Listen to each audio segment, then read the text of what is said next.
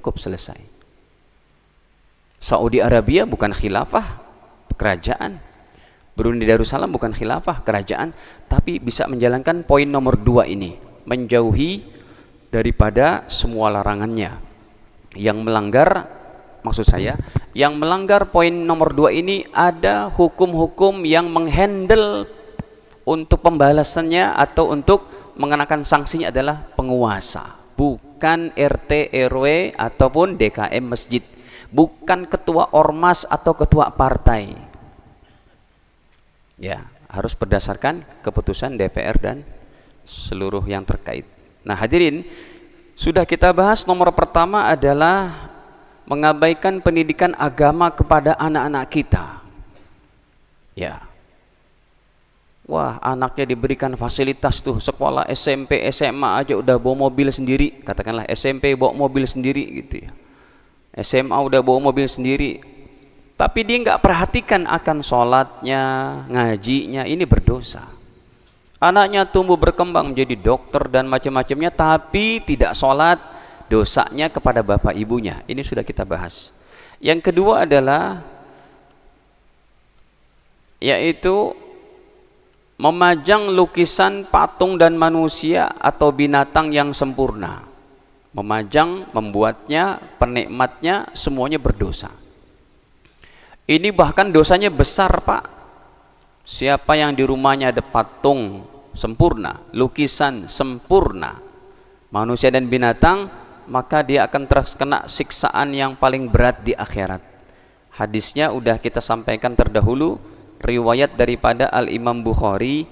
Nabi bersabda, inna asaddan nas azaban yaumal qiyamah al-musawwirun. Sesungguhnya orang yang paling berat siksaannya di hari kiamat nanti al-musawwirun, yaitu pelukis, pemahat, pematung, dan para penikmatnya. Usahakan rumah kita nggak ada gitu-gituan, Pak. Dulu saya ingat itu tahun kami masih SD SMP, lewat Jenderal Sudirman, patung Sudirman baru setengahnya. Setengahnya masih boleh, Pak, dalam mazhab Imam Syafi'i. Tapi sekarang udah sempurna itu. Kita banyak ini, Pak, Tugu Tani, Pancoran, patung Soekarno-Hatta. Saya sering ke Dubai, Pak, sering ke Dubai, ke Timur Tengah, negara-negara maju di Timur Tengah, Riyadh, Jeddah, apalagi di Doha di Qatar. Yang income per kapita mereka aja tuh ya 180 juta, Pak, jauh dari kita. Di sana ada mall, kita ke mall itu nggak berani kita minum kopi, satu kopi itu satu cangkirnya ada yang 40 juta, Pak. Kalau ATM kita cuma 40 juta, sekali gesek habis sudah, cuma kopi doang. Itu di Doha di Qatar. Ini negeri yang memang Masya Allah, negeri barokah ya, dan termasuk yang membantu Palestina, termasuk Qatar itu. Kalau Saudi dia lembek ya, dalam ini. Makanya kalau Babe Hekal bilang itu Yahudi Arabia katanya. Baik. Nah, ini maksudnya begini, Pak.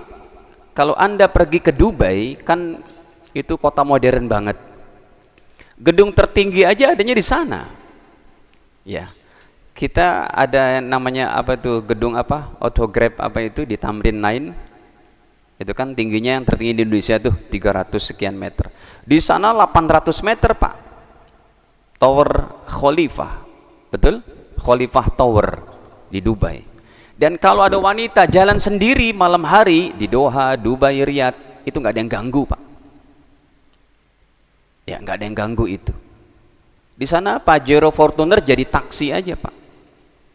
Bahkan kalau kita nyewa 100 dolar per harinya mau ke apa tuh city tour ke apa itu, ke gurunnya, gurun yang berpasir emasnya itu, kayak emas pasirnya, itu pakainya LC, Pak, Land Cruise.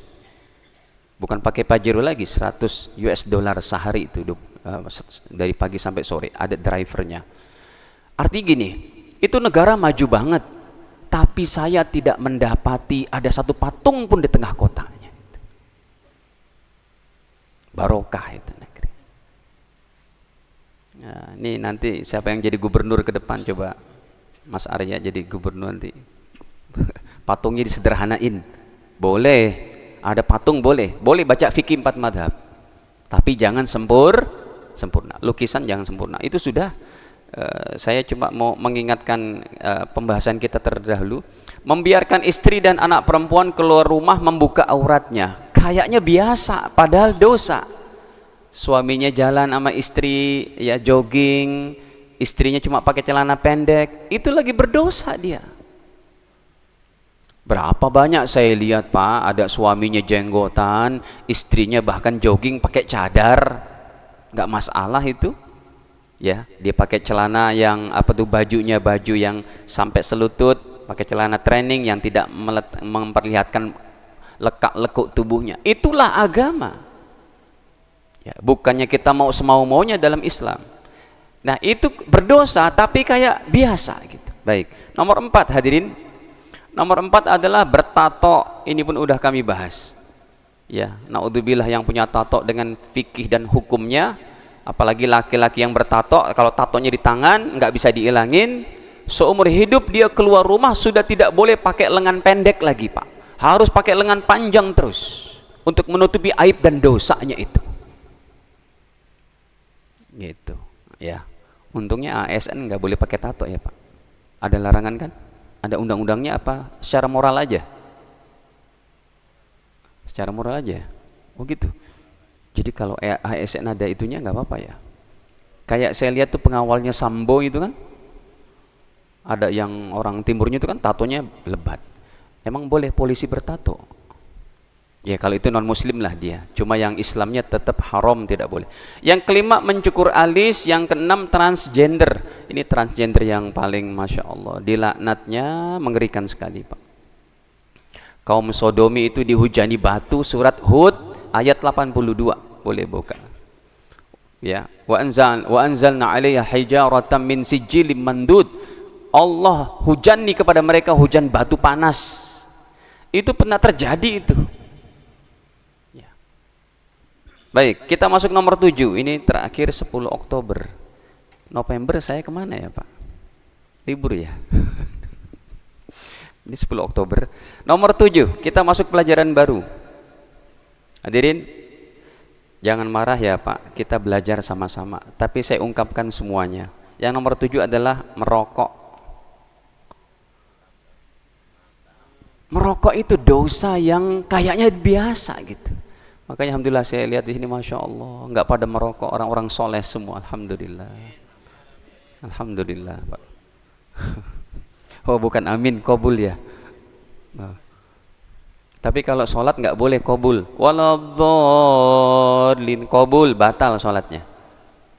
Kalau di luar masih nggak apa-apa. Itu gara-gara apa sih? Politik ya.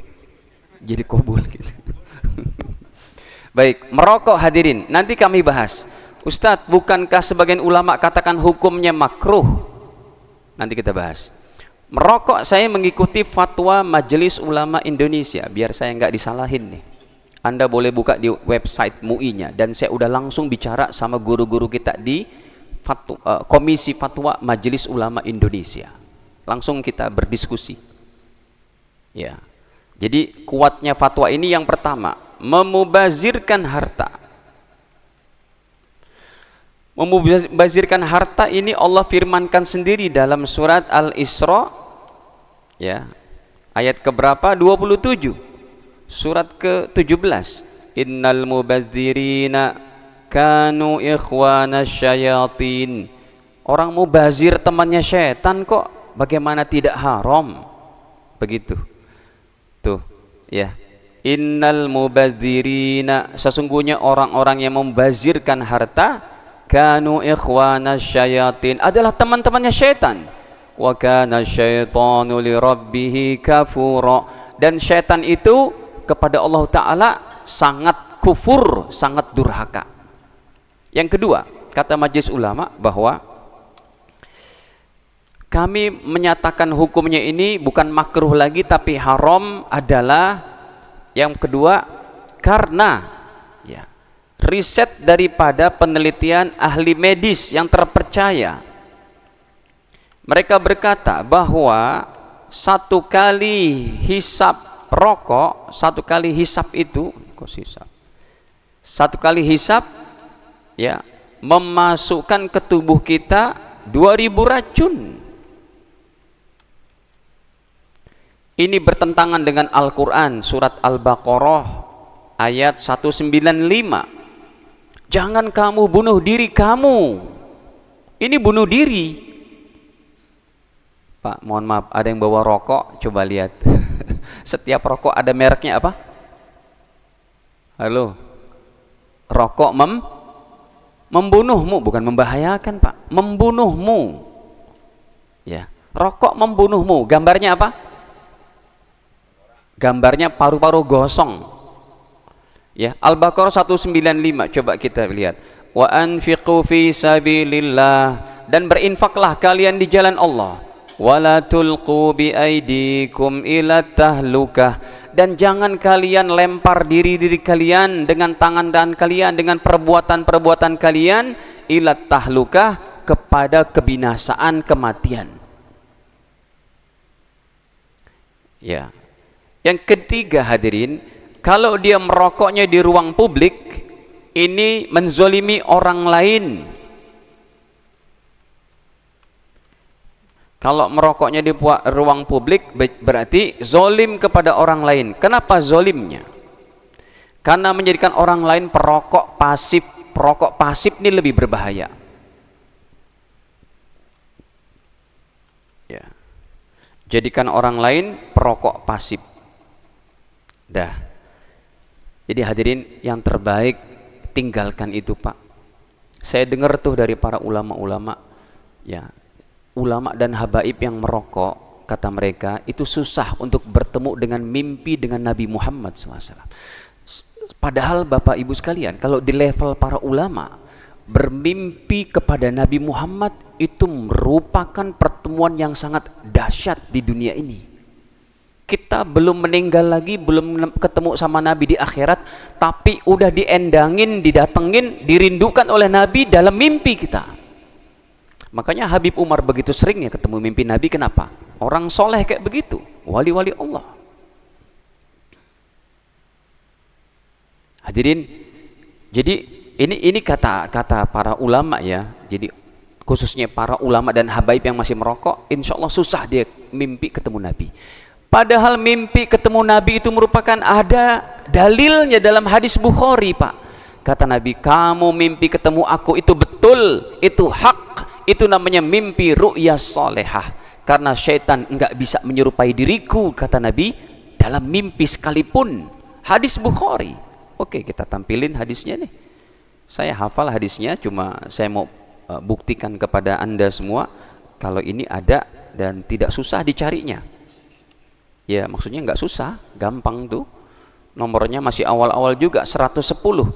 Nabi bersabda, man ro'ani fil manam, siapa yang bermimpi ketemu aku, faqad ro'ani haqqa, sungguh dia telah bermimpi dengan aku hak, secara benar. Kenapa? Fa inna syaitan la yatamassal fi surati, karena syaitan tidak bisa menyerupai diriku. Sering saya ketemu, Pak, sama ulama-ulama yang soleh, yang tawadu, mimpi ketemu Nabi. Baik, hadirin. Nah, sekarang kita bahas. Ustadz, ada yang nyanggah nih. Jadi saya berkata, menyampaikan rokok hukumnya haram, ini termasuk dosa besar yang kayak biasa di Jakarta itu, di Indonesia orang merokok biasa gitu. Ya.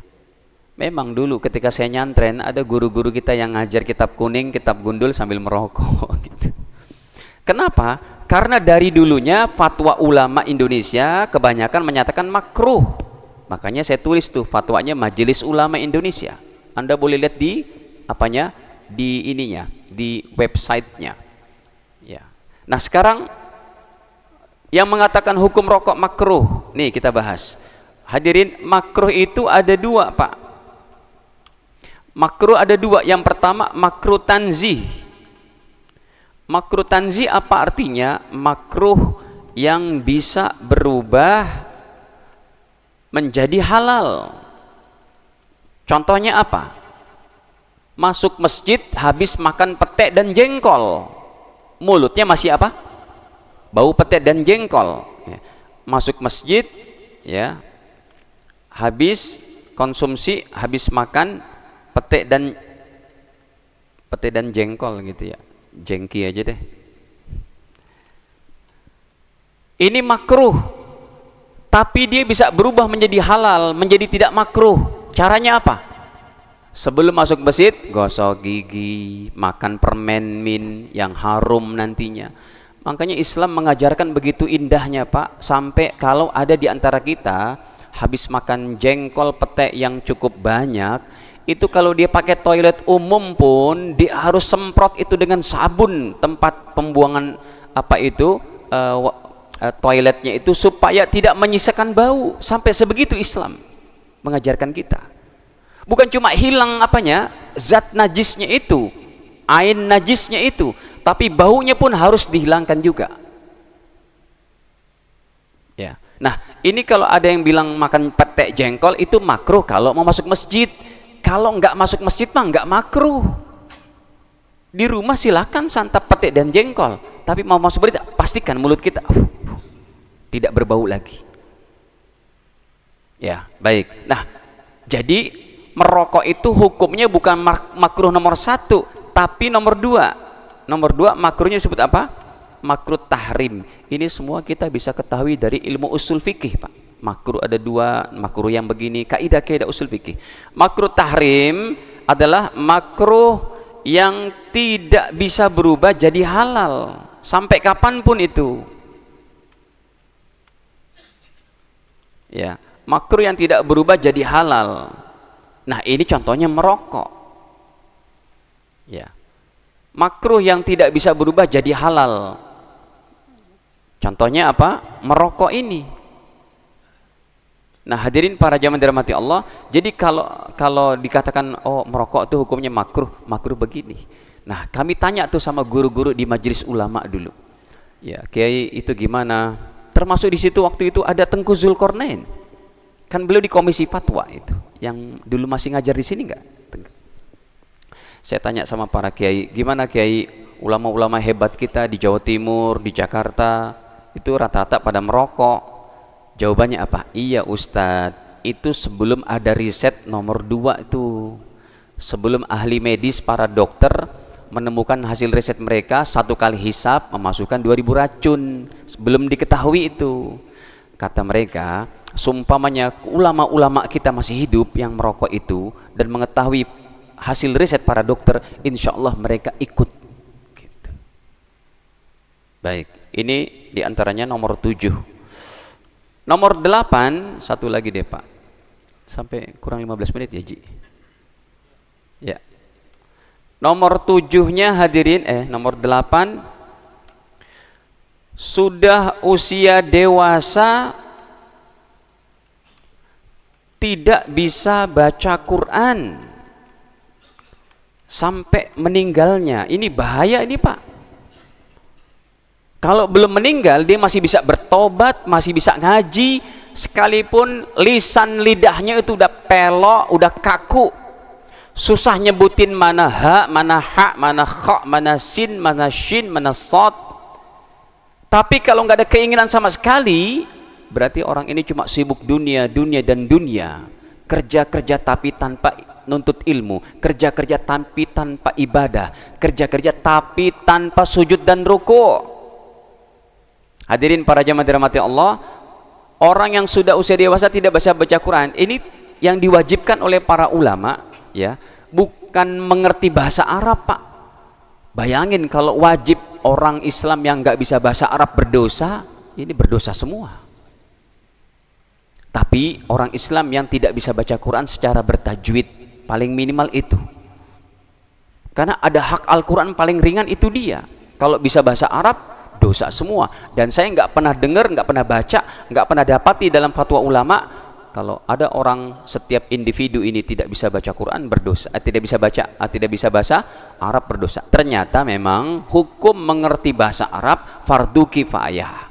Kalau satu kota nggak ada yang ngerti ilmu hadis, ilmu tafsir, baru berdosa semuanya.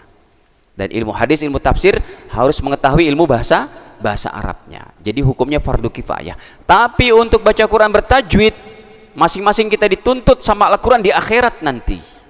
Kata Al-Quran, ya Allah dia sia-siakan aku ya Allah, sampai bacanya pun nggak bisa.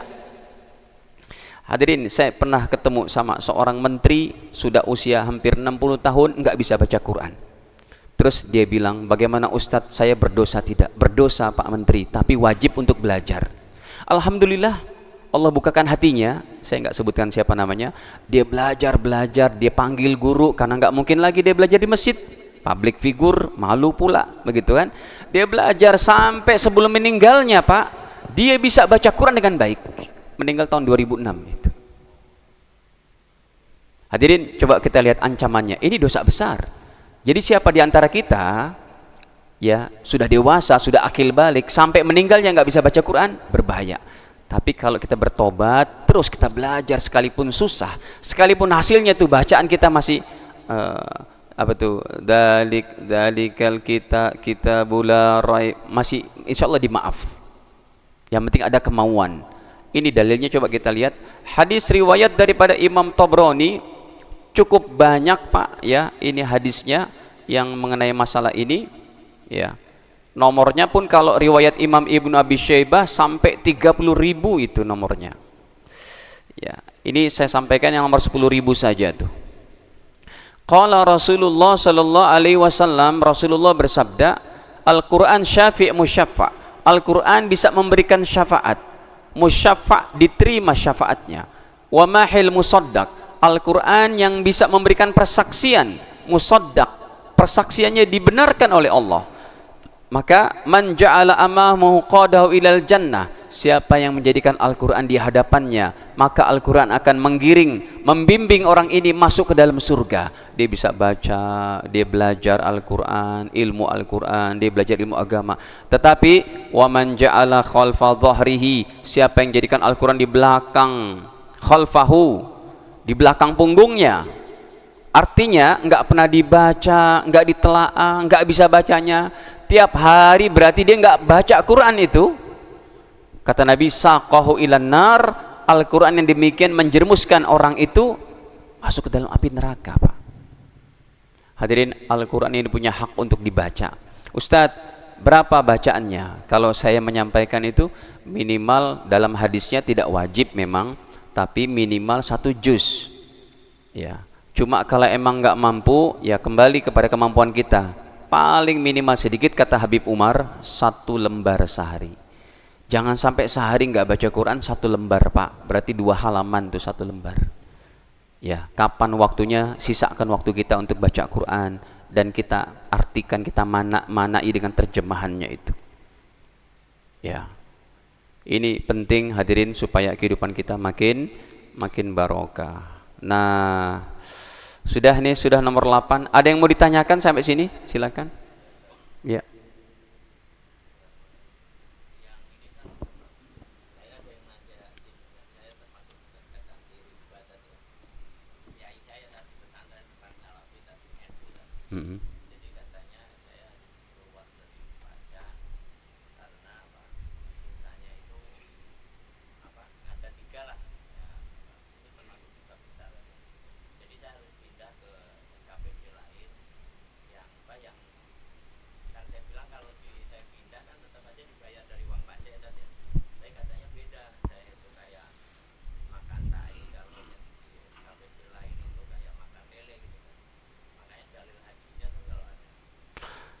Hadis tentang pemungut pajak tidak masuk surga itu sahih, cuma pemahamannya. Coba kita lihat hadisnya, riwayat Imam Abu Daud dan yang lainnya. Nabi bersabda, la yadkhulul jannata sahibu maks. Tapi harus dipelajari dengan baik-baik ini ya. Sebentar.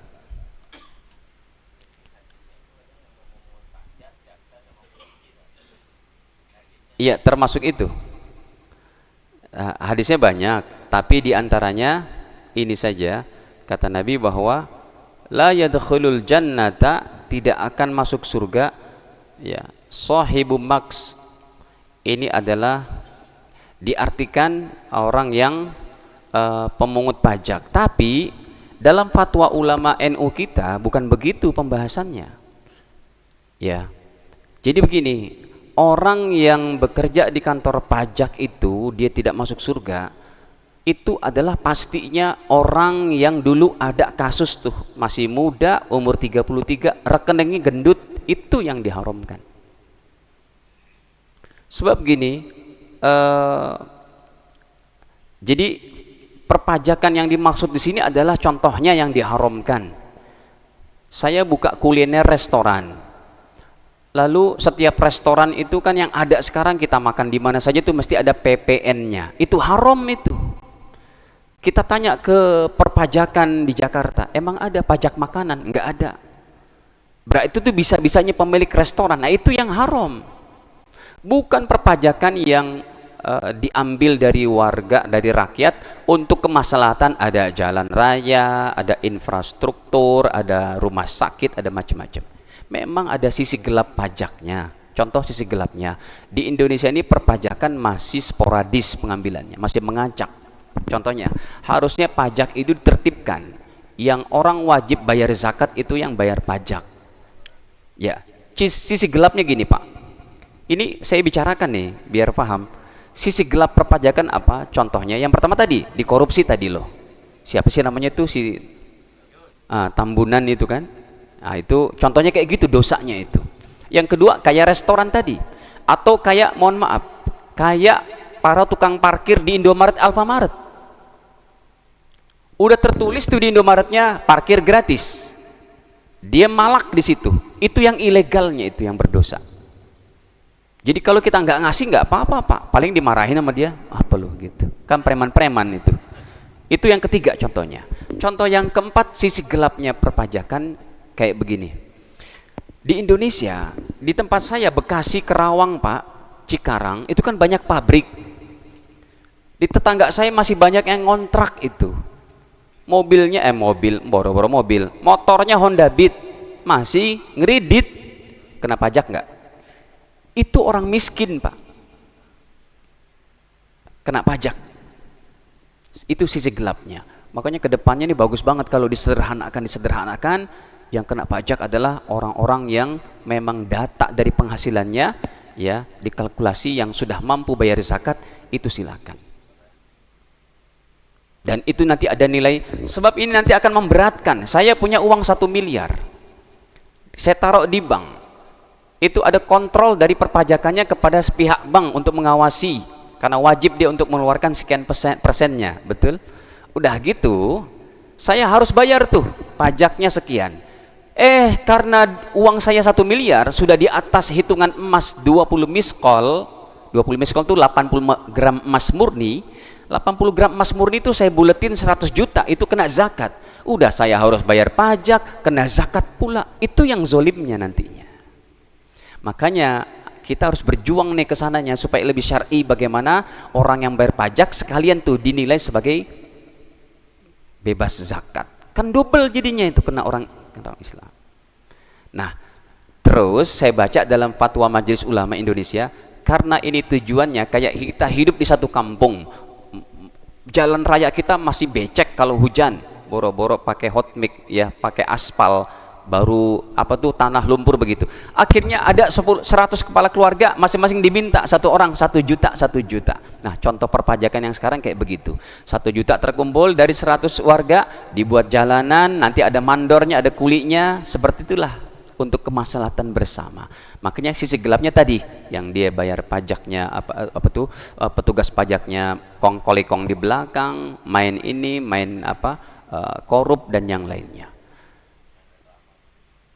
Ya kayak begitu deh ya, itu difatwakan oleh ulama kita. Jadi kalau pajak yang seperti ini, asal dia adalah seorang abdi negara yang jujur, yang amanah, tetap masih bukan masuk dalam hadis ini.